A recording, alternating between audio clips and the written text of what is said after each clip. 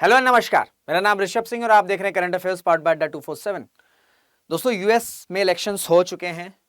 Counting भी लगभग clear हो चुका है और ये सामने आ चुका है कि जो डोनाल्ड ट्रंप है वो यूएस के प्रेसिडेंट बनने वाले हैं, जिस पर तमाम रिएक्शंस आ रहे हैं। बहुत सी स्टडीज हो रही हैं, प्रिडिक्शन की जा रही है कि जब डोनाल्ड ट्रंप वापसी करेंगे तो किस तरीके से जियोपॉलिटिक्स बदलेगी, किस तरीके से चाइना के साथ कैसे यूएस के रिलेशंस होंगे, ईरान के साथ कैसे रहेंगे, इसराइल के साथ, मिडिल ईस्ट, भारत के साथ, रशिया, ये सारी चीज़ें।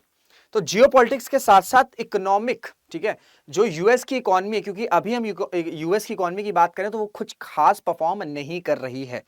लेकिन अब क्योंकि डोनाल्ड ट्रंप की वापसी हो चुकी है, तो अगर हम उनके पहले टर्म को देखें तो उसमें उन्होंने यूएस के ग्रोथ के लिए काफी सारी पॉलिसीज को रिवाइव किया था या उसकी स्टार्ट करी थी।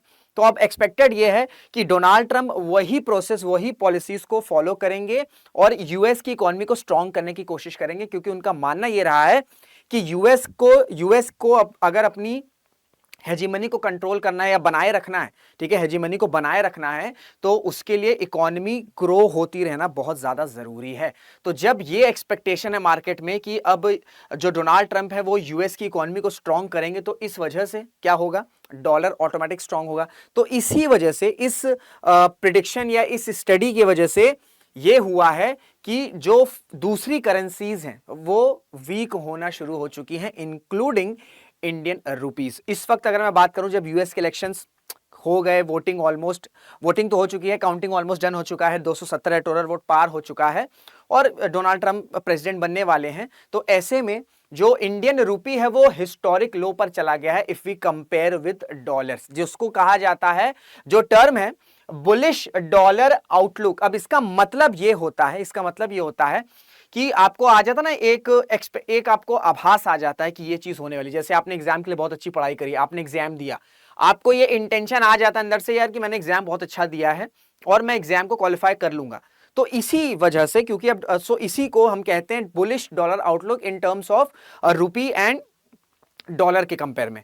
तो अब डोनाल्ड ट्रंप आ चुके हैं, सबको ये पता है कि वो यूएस की इकोनॉमी को ग्रो करेंगे, तो इसी की एक्सपेक्टेशन से कि यूएस का जो डॉलर है वो स्ट्रांग होगा, इस वजह से जो रूपी है, जो इंडियन रूपी है, वो ऑल टाइम हिस्टोरिक लो पर चला गया है if you compare with US dollar. अब इसके पीछे रीजन क्या है, क्यों ऐसा एक्सपेक्ट किया जा रहा है कि जो यूएस डॉलर है वो आने वाले समय में बहुत ज्यादा स्ट्रांग होने वाला है? तो उसके पीछे कारण है सबसे पहले यूएस ग्रोथ, ठीक है। डोनाल्ड ट्रंप एग्रेसिवली यूएस की ग्रोथ पर फोकस करने वाले हैं, क्योंकि बहुत एक्सपेक्टेशन से उनको वोट मिले। उन्होंने अपने कैंपेन में बहुत बड़े बड़े और बहुत ही एग्रेसिव स्टेटमेंट्स दिए हैं, यूएस की इकोनॉमी को लेकर दिए हैं, माइग्रेंट्स को लेकर दिए हैं, टेक्नोलॉजी को लेकर दिए हैं। तो एक्सपेक्टेड है कि जैसे ही वो संभालेंगे अपना कार्यकाल या स्टार्ट करेंगे अपना कार्यकाल, वो यूएस की ग्रोथ को फोकस करेंगे।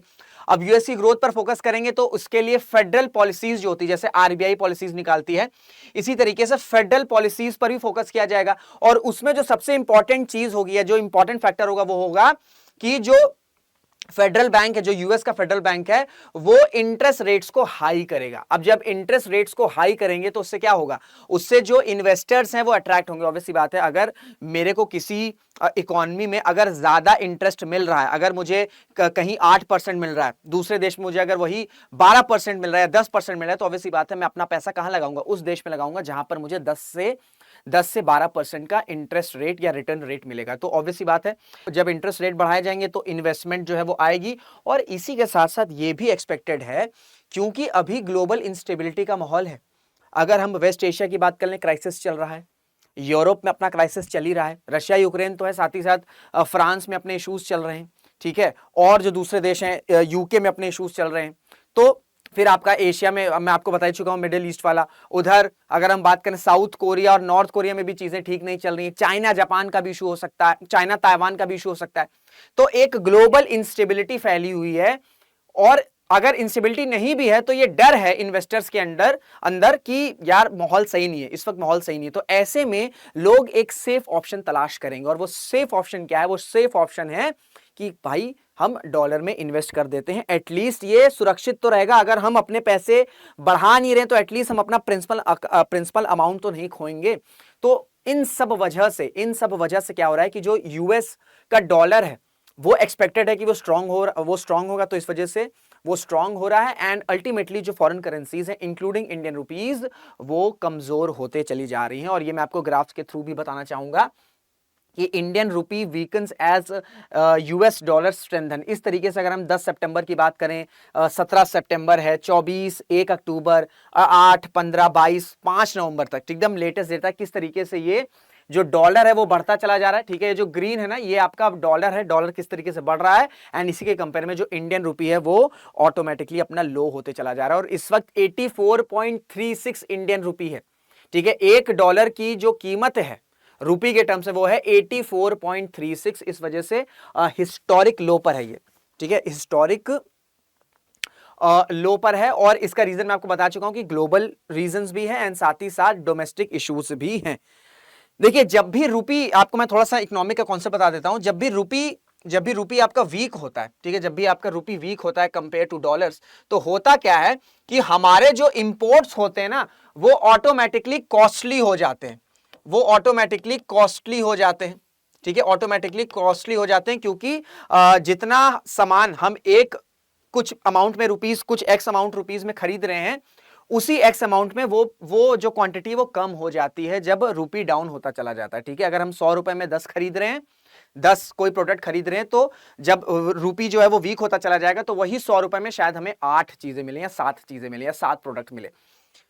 तो इंपोर्ट कॉस्टली होते हैं। हालांकि एक चीज फायदेमंद ये रहती है कि जो एक्सपोर्ट्स होते हैं ना ये हमारे प्रॉफिटेबल हो जाते हैं, एक्सपोर्ट्स हमारे प्रॉफिटेबल हो जाते हैं। तो आप कहेंगे तो सर अच्छी बात है, अगर एक्सपोर्ट्स प्रॉफिटेबल हो जाएंगे तब तो अच्छा है, ये इंडियन इकोनॉमी के लिए अच्छा है, लेकिन ये शॉर्ट टर्म के लिए। ठीक है, ये शॉर्ट टर्म है। जैसे शॉर्ट टर्म हो गया कि आपको एग्जाम को क्वालिफाई करना है, बी इट यूपीएससी और एनी अदर एग्जामिनेशन, आपने 2 दिन पढ़ाई करी 10-10 घंटे, आप एकदम वो आपका शॉर्ट टर्म ऑब्जेक्टिव कंप्लीट हुआ है। अब आप अगर उसी के भरोसे बैठ जाएंगे, मैंने तो 2 दिन भाई 10 घंटे पढ़े, अब मैं सीधे एग्जाम जाके क्वालिफाई करूंगा, तो वो लॉन्ग टर्म सक्सेसफुल नहीं होने वाला। तो ये जो एक्सपोर्ट्स हैं ये शॉर्ट टर्म में तो बहुत अच्छी बात है, प्रॉफिटेबल होंगे, लेकिन समय के साथ क्योंकि इंपोर्ट्स महंगे होते चले जा रहे हैं, तो जो प्रोडक्ट्स, जो रॉ मटेरियल्स जिससे हम प्रोडक्ट्स बना के बेचते हैं, जब वो महंगे होंगे तो ऑब्वियस सी बात है जो हमारे एक्सपोर्ट्स की वैल्यू है, जो नंबर है वो विद टाइम कम होता चला जाएगा। ठीक है, वो विद टाइम कम होता चला जाएगा। तो हाँ, शॉर्ट टर्म के हिसाब से एक्सपोर्ट्स प्रॉफिटेबल होते हैं, but in the long run क्या होता है कि वैल्यू कम होने लगती है। ठीक है, हमारी क्वांटिटी कम होने लगती है क्योंकि हमारे इंपोर्ट्स कॉस्टलियर होते चले जाएंगे, कॉस्टलियर होते जाएंगे। तो शॉर्ट टर्म बिल्कुल सही है, लेकिन लॉन्ग टर्म में ये भी एक्सपोर्ट्स के लिए भी प्रॉफिटेबल नहीं। और साथ ही साथ आपका क्या कहते हैं, ये अगर इंपोर्ट्स कॉस्टलियर होंगे तो उस पर तो इकोनॉमी हिट करेगी ही करेगी। ठीक है, उस पर इकोनॉमी हिट करेगी। अब मैं आपको कुछ रीजंस बताता हूं कि रुपी क्यों डाउन हो रहा है या क्यों वो जो है वो वीक होता चला जा रहा है। एक तो यूएस के इलेक्शंस हो गए, एक एक्सपेक्टेशन है, तो एक और जंप मिल गया है। लेकिन उससे पहले क्या है कि यूएस की इकोनॉमी और फेडरल पॉलिसीज इस तरीके से अलाइन की जा रही है, इंटरेस्ट रेट को बढ़ाया जा रहा है।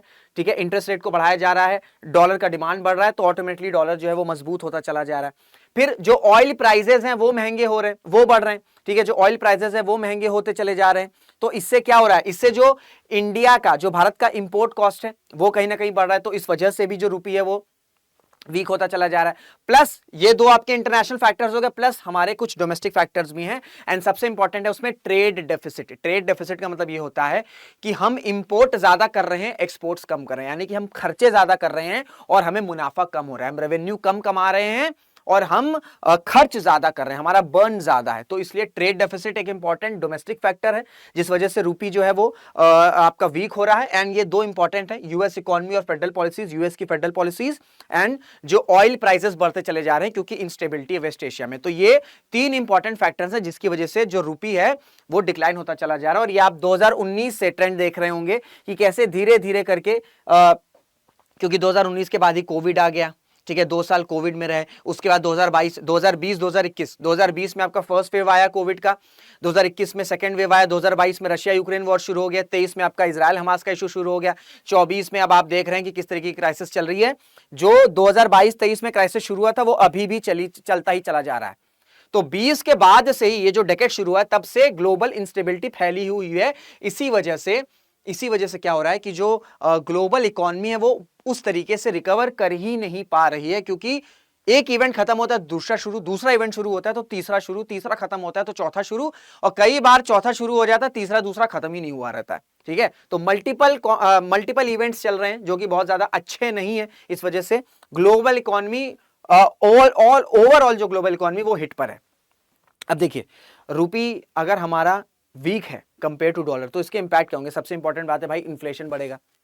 अगर ऑयल प्राइसेस, ठीक है, अगर जैसे हम ऑयल के जो प्राइसेस हैं अगर वो महंगे हो रहे हैं, तो जब तेल महंगा होगा तो इसका ट्रांसपोर्टेशन कॉस्ट बढ़ेगा।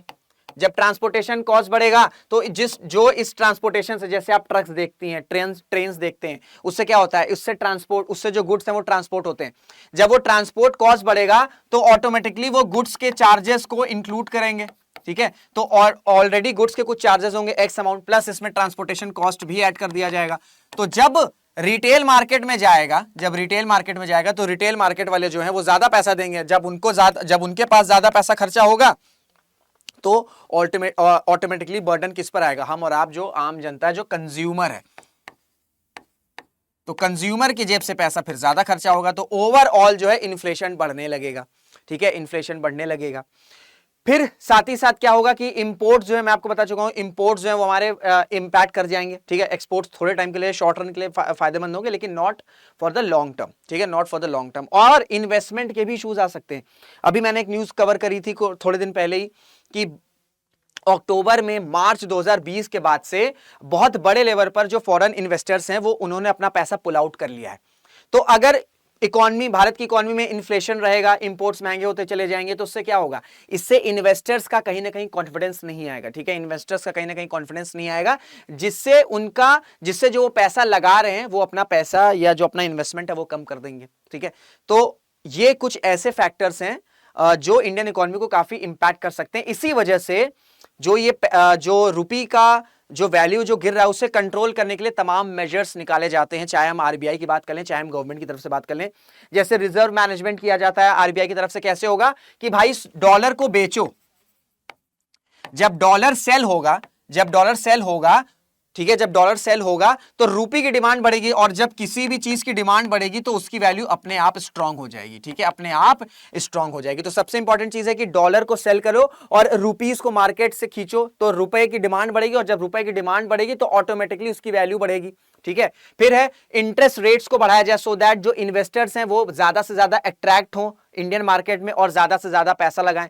साथ ही साथ आरबीआई को मार्केट में इंटरवीन करना होगा, सो दैट जो रुपीस का वोलेटिलिटी है, जो रुपए का वोलेटिलिटी है, उसे कंट्रोल किया जा सके। ठीक है, उसे कंट्रोल किया जा सके डिफरेंट टूल्स के जरिए। फिर फिस्कल पॉलिसीज सरकार को, ये तो आरबीआई का काम हो गया। फिर फिस्कल पॉलिसीज, सरकार को ज्यादा से ज्यादा इंसेंटिव्स देना चाहिए एक्सपोर्ट्स के लिए। अगर इंपोर्ट्स महंगे हो रहे हैं, प्रोडक्ट कम बन रहे हैं, तो फिर सरकार को इंसेंटिव देना होगा, सो दैट एक्सपोर्ट्स बढ़ते रहें। ठीक है, एक्सपोर्ट्स बढ़ते रहें। भले ही हमारे इंपोर्ट्स के कॉस्ट बढ़ रहे हैं, लेकिन अगर एक्सपोर्ट्स बढ़ते जाएंगे, प्रॉफिटेबिलिटी बढ़ती चली जाएगी, तो कहीं ना कहीं इकोनॉमी में पैसा आता चला जाएगा। और सिंपली भाई इकोनॉमी में पैसा चाहिए, एक तो एक्सपोर्ट से आ रहा है, फिर हमें अट्रैक्ट करना होगा एफडीआई को। ठीक है, एफडीआई के लिए हमें पॉलिसीज को सिंप्लीफाई करना होगा, सो दैट जो इन्वेस्टर्स हैं, ठीक है, जो इन्वेस्टर्स हैं वो आसानी से अपना पैसा इन्वेस्ट कर सकें। रूल्स को सिंप्लीफाई करना होगा, उन्हें जब लगता है वो पैसा इन्वेस्ट कर सकें, उन्हें जब लगा वो पैसा पुल आउट भी कर सकते हैं। तो जितने ज्यादा सिंप्लीफाई नॉर्म्स रहेंगे उतना ज्यादा ही जो इन्वेस्टर्स हैं वो इन्वेस्ट करेंगे। तो ये रहा पूरा होलिस्टिक व्यू कि क्यों रुपी डाउन हो रहा है, क्यों वीक हो रहा है। उसके कारण मैंने आपको बता दिए, इंटरनेशनल डोमेस्टिक दोनों रीजंस बता दिए। रुपी अगर वीक हो रहा है तो उसका इंपैक्ट इंडियन इकोनॉमी पे क्या पड़ेगा ये भी मैंने आपको समझा दिया, और साथ ही साथ कंट्रोल कैसे किया जाए। ठीक है, अगर रुपी अगर वीक हो रहा है तो आरबीआई लेवल पर और गवर्नमेंट लेवल पर क्या क्या पॉलिसीज करनी चाहिए, सो दैट सारी चीजें कंट्रोल में रहे और हमारी जो इकोनॉमी वो स्टेबल बनी रहे। तो आई होप आपको ये वीडियो समझ में आएगा, इन्फॉर्मेटिव लगा होगा। आसान भाषा में समझाने की कोशिश करिए इकोनॉमी आपको, और अगर वीडियोस अच्छी लगती हैं तो लाइक करिए, कमेंट करिए, शेयर करिए, जिस भी ग्रुप में आप वहां पर शेयर करिए, और चैनल को जरूर से सब्सक्राइब कर लीजिए। तो मुलाकात करेंगे आपसे अगले वीडियो में। जय हिंद, जय भारत।